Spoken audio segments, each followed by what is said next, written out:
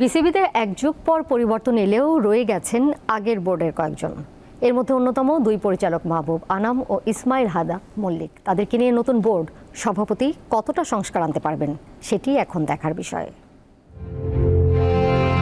দীর্ঘদিন ধরেই বাংলাদেশ ক্রিকেট বোর্ডে কার্যক্রম নিয়ে প্রশ্ন তুলে আসছেন খেলোয়াড়, দর্শক ও সংশ্লিষ্টরা। সবচেয়ে বড় অভিযোগ, ক্রিকেট নয়, বোর্ড প্রাধান্য দেয় ব্যক্তির স্বার্থকে। নতুন সভাপতি ফারুক আহমেদ দায়িত্ব পেয়ে সাফ জানিয়ে দিলেন বিসিবিতে এসবের অবসান ঘটবে। বোর্ডের প্রেসিডেন্ট যদি বোর্ডে ব্যবসা করি তাহলে serious conflict of interest, direct interest, এরকম কোনো কাজ হবে না। আওয়ামী শাসন আমলে দেশের অন্যান্য খাতের মতো বিসিবিও দুর্নীতি, অনিয়ম আর স্বেচ্ছাচারিতার বাইরে ছিল না। সরকার পতনের পর কয়েকজন পরিচালক পলাতক আছেন।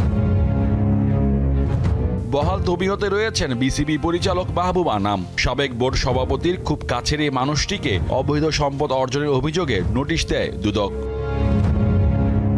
ইসমাইল হায়দার মল্লিক, সংক্ষেপে তিনি আইএচ মল্লিক নামেই পরিচিত। বেক্সিমকোর একজন সাধারণ কর্মী থেকে সালমান এফ রহমান আর পাপনের সাথে সম্পর্কের কারণে বনে যান বিপিএল এর সদস্য সচিব এবং ক্লাব ক্রিকেটের অঘোষিত রাজা। তার কথা মতোই নাকি চলত দ্বিতীয় বিভাগ, তৃতীয় বিভাগের অনেক ক্লাব। তার বিরুদ্ধে অনেককে ভয় ভীতি দেখানোর অভিযোগ রয়েছে। বোর্ডের সবচেয়ে আলোচিত এবং সমালোচনার শিকার আম্পায়ার্স কমিটি, যার দায়িত্বে আছেন ইফতেখার আহমেদ মিঠু। তার বিরুদ্ধেও রয়েছে নানা অভিযোগ।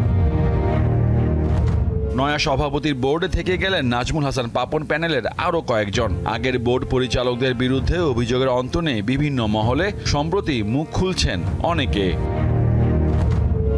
মোহাম্মদ হাসিব, দীপ্ত স্পোর্টস, ঢাকা।